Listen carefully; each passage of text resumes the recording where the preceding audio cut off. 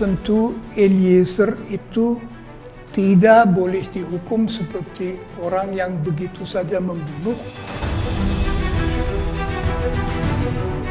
Romo Magnis justru tampil di depan publik dengan menjadi saksi meringankan Richard Eliezer, yang notabene-nya seorang terdakwa sekaligus eksekutor pembunuhan Brigadir Yosua. Menjatuhkan pidana terhadap terdakwa Richard Eliezer Pudium Lumiu dengan pidana penjara selama 12 tahun dengan perintah agar terdakwa tetap ditahan, dipotong masa penangkapan.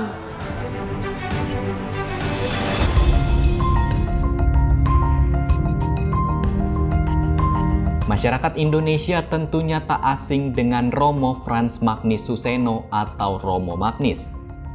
Ia dikenal sebagai guru besar filsafat moral sekaligus rohaniawan yang masih aktif mengajar di Sekolah Tinggi Filsafat Driyarkara, Jakarta. Namun, sosok berusia 87 tahun ini sempat menyita perhatian publik dalam persidangan kasus pembunuhan Brigadir Nofriansyah Yosua Huta Barat. Romo Magnis justru tampil di depan publik dengan menjadi saksi meringankan Richard Eliezer, yang notabene-nya seorang terdakwa sekaligus eksekutor pembunuhan Brigadir Yosua. Apa gerangan yang membuat seorang Romo Magnis bersedia menjadi saksi ahli meringankan seorang eksekutor pembunuhan? Untuk itu, tim Kompas.com akan menelusuri alasan di balik keputusan Romo Magnis bersedia menjadi saksi meringankan bagi Richard Eliezer.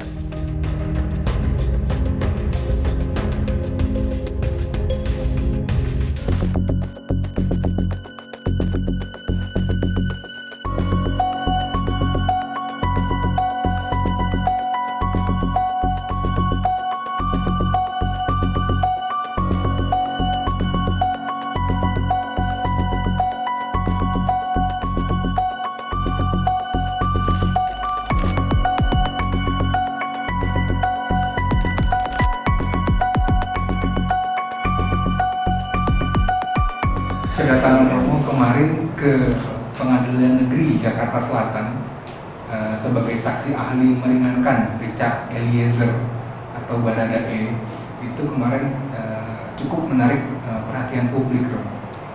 Publik bertanya-tanya apa gerangan yang membuat Romo bersedia menjadi saksi ahli meringankan bagi Richard Eliezer kemarin.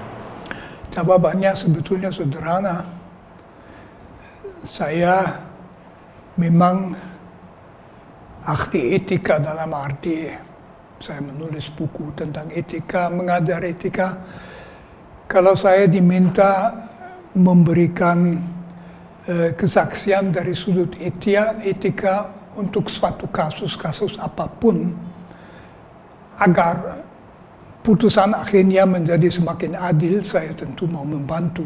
Jadi itu saya merasa membantu perlu supaya keadilan maksimal tercapai di dalam putusan akhir. Yang menjadi menarik, Romo, kasus ini adalah kasus pembunuhan, di mana Richard Eliezer berstatus sebagai seorang eksekutor dalam kasus pembunuhan ini. Nah, Romo secara tidak langsung menjadi saksi ahli meringankan bagi seorang eksekutor dalam kasus pembunuhan ini. Apakah Romo tidak merasa khawatir citra Romo itu ikut tercoreng juga? Dalam setiap perkara di pengadilan perlu diambil keputusan yang adil. Itu juga berlaku terhadap yang dituduh. Mungkin dituduh dengan alasan kuat sekali melakukan suatu tindak pidana, tetap pengadilannya harus adil dan dari sudut keadilan tidak menyeleweng. Jadi saya tentu seorang pembunuh pun berhak mendapat putusan yang sesuai dengan keadilan. Tapi apakah sebelumnya Romo mengikuti kasus ini, kasus pembunuhan ini? Saya hanya mengikutinya lewat media. Saya sama sekali sampai sekarang tidak merasa ahli. Saya juga tidak ditanyai sesuatu tentang kasus itu. saya ditanyai mengenai masalah etika yang terlibat di dalam kasus seperti itu, dan ini tentu bisa saya jawab, itu tidak tergantung dari mengikuti kasus atau tidak.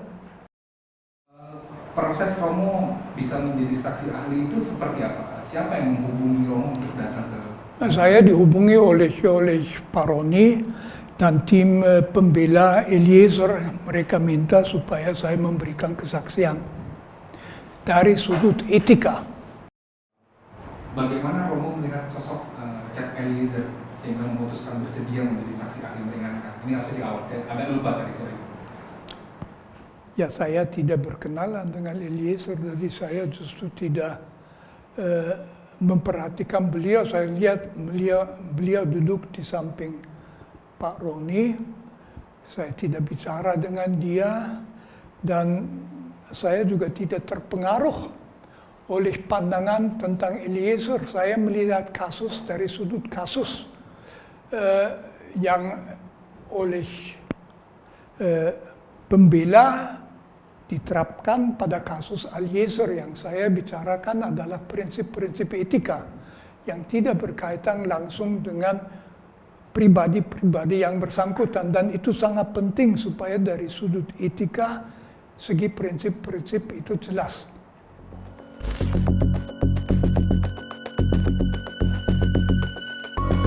Itu tipe perintah yang amat sulit secara psikologis dilawan. Karena siapa dia? Mungkin dia orang kecil, jauh di bawah yang memberi perintah, udah biasa, laksanakan. Meskipun dia ragu-ragu, dia bingung. Itu tidak berarti bahwa sama sekali tidak ada kesalahan, tetapi itu jelas menurut etika sangat mengurangi kebersalahan.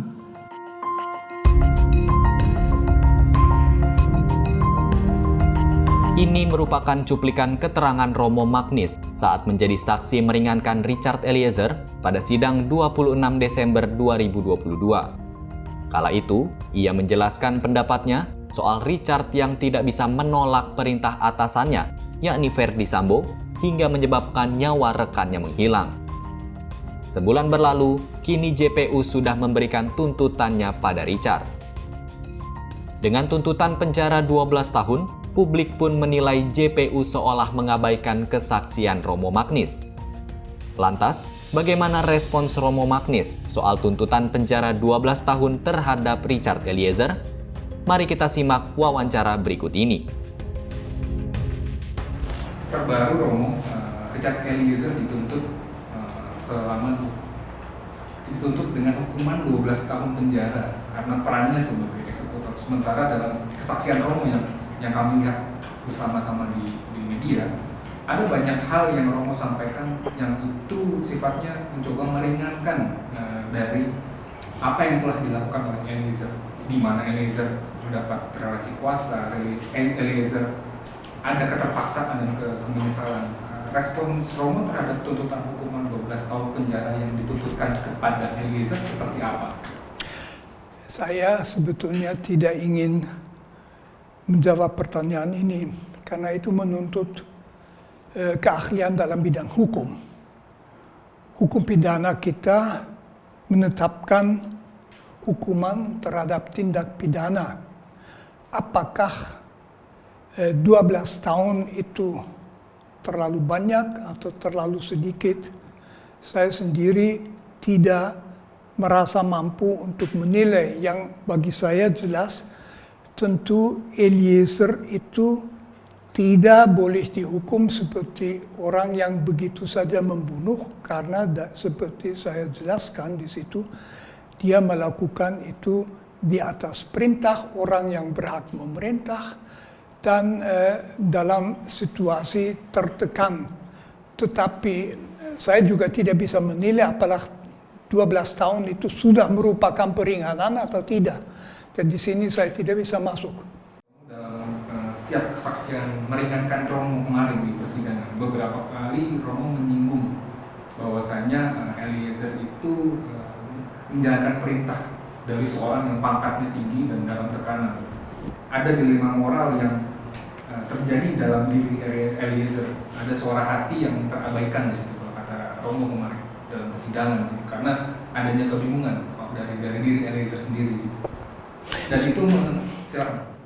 Enggak, saya kira yang penting yang juga di situ saya katakan, kita harus membedakan antara dua segi, dan itu tentu juga relevan di dalam pengambilan keputusan oleh hakim, yaitu apakah perbuatan yang dilakukan itu merupakan dari sudut etika suatu kejahatan atau tidak, dan kedua itu tidak sama apakah yang melakukan perbuatan yang barangkali merupakan kejahatan secara pribadi, secara etis bersalah karena mungkin dia tidak punya pilihan lain atau sebagainya.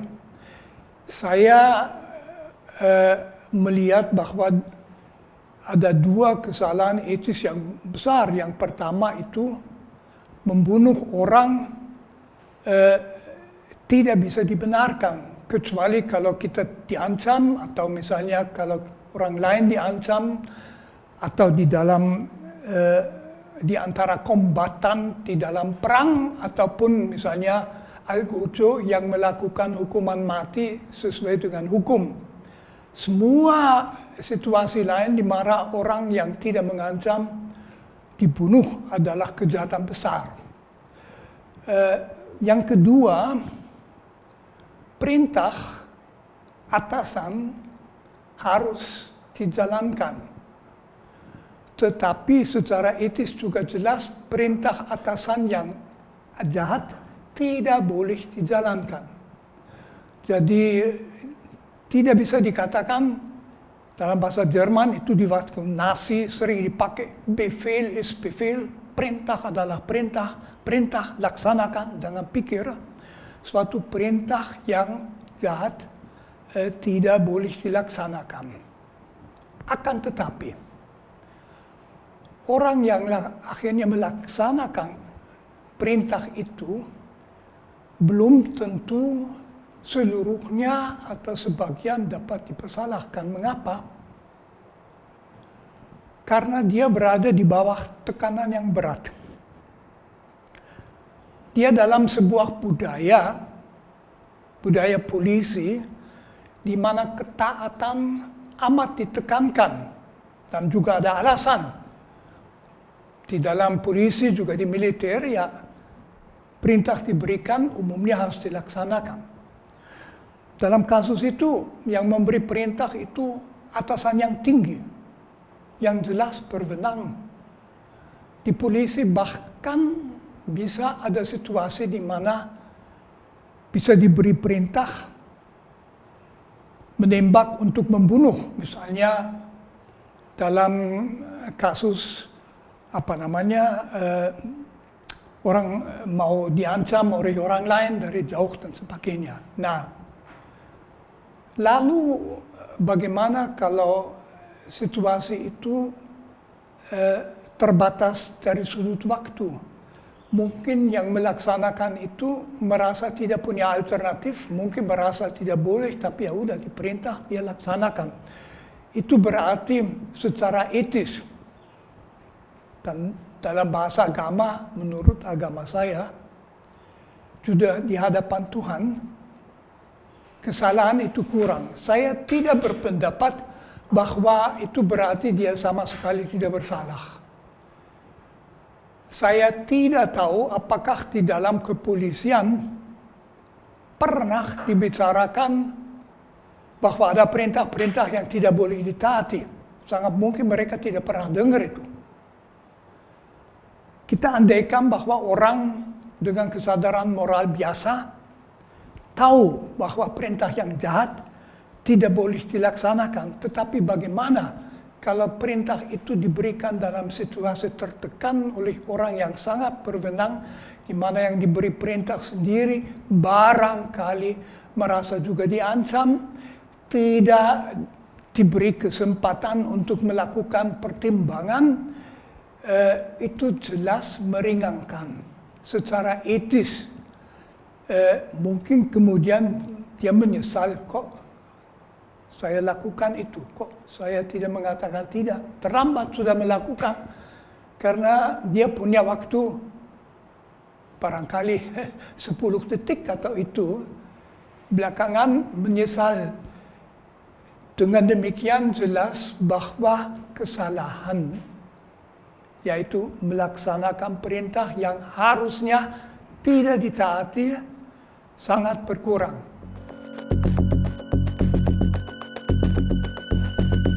Terlepas dari segala pembelaan yang disampaikan di persidangan, Romo Magnis tentu saja berpikir rasional.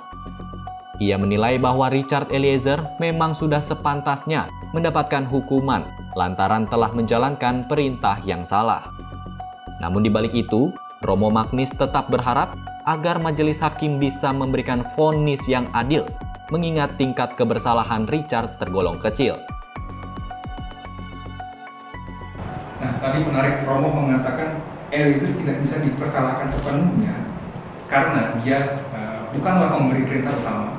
Dia diperintah oleh pangkat yang lebih tinggi dan dalam tekanan. Tidak bisa dipersalahkan sepenuhnya ini artinya apakah menghilangkan tanggung jawab etis dia dalam pembunuhan itu, atau menghilangkan sama sekali tanggung jawab etisnya, atau seperti apa? Menurut saya tidak bisa dikatakan bahwa tanggung jawab etis sama sekali hilang, tetapi jelas berkurang. Dan misalnya dari sudut keadilan, itu jelas harus diperhatikan dalam keputusan hakim. Sekali lagi saya tidak mau mengatakan 12 tahun itu terlalu banyak atau terlalu sedikit, tapi jelas ada alasan kuat untuk sangat memperhatikan situasi Eliezer itu. Perhatikan juga, dia umurnya kalau saya tidak salah 24 tahun. Dia orang muda. Di dalam kepolisian, mirip juga di militer, dalam situasi ada ketegangan, ya orang seperti itu laksanakan perintah itu. Dan itu mengurangi tanggung jawab. Saya tentu sama sekali tidak bisa membaca suara hati Eliezer. Jadi saya tidak bisa membaca apakah sesudah melakukannya, dia juga merasa kok aku melakukannya. Udah terlambat, sudah dilaksanakan. Itulah yang saya maksud bahwa tanggung jawab moral betul-betul berkurang. Oke, tanggung jawab moral berkurang, tapi tetap ada ya? Tetap ada. Saya malah mau mengatakan adalah penting dalam pendidikan seseorang, juga dalam pendidikan kepolisian, bahkan juga dalam pendidikan militer, bahwa tidak diciptakan budaya perintah laksanakan. Selalu masih boleh ada pertimbangan, harus ada pertimbangan dari yang diperintah, apakah itu bisa dipertanggungjawabkan. Dan itu berlaku tentu dalam kasus yang berat, tidak dalam hal suatu kebijaksanaan praktis yang diambil. Kalau memang tanggung jawab moral Eliezer dalam serangkaian kasus pembunuhan, serangkaian proses kasus pembunuhan itu masih ada, meskipun porsinya sangat kecil, apakah dia masih layak? Apakah dia wajib mempertanggungjawabkannya dengan dihukum? Kalau dari segi etika seperti apa? Ini sebetulnya suatu masalah hukum, tetapi keputusan hakim tentu mempertimbangkan dan harus mempertimbangkan kebersalahan, katakan saja saya mau pakai istilah kebersalahan subjektif yang orang yang bersangkutan. Dan kalau dia memang secara etis di situ ada kebersalahan, itu pun wajar sekali dalam hal pembunuhan dihukum. Jadi mengatakan ya ini dia membunuh atas nama perintah, kasihan dia diperintah, tidak apa-apa, itu tidak bisa. Ya, itu tidak bisa.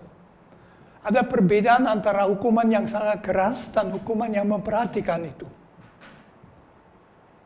Tapi bahwa dia dihukum, saya sendiri, sejauh saya tahu situasi ini adalah perlu. Kalau tidak ada pesan pada masyarakat, asal diperintahkan apapun bisa dilaksanakan, tidak apa-apa. Ya bukan. Berarti dengan adanya tanggung jawab moral yang harusnya dijaga oleh Eliezer, meskipun tingkat kebesarannya sangat kecil karena dia diperintah dan dalam tekanan, tetap harus ada hukuman. Begitu Romo? Betul, itu pendapat saya. Sistem hukum diadakan supaya hal yang amat penting bagi kehidupan bersama, tuntutan-tuntutan etis yang amat penting bagi kehidupan bersama itu didukung oleh masyarakat dalam suatu sistem peraturan yang kita sebut undang-undang. Jadi tentu saja kasus itu termasuk wewenang menurut etika hukum, wewenang hukum untuk mengatur. Jadi tidak salah itu.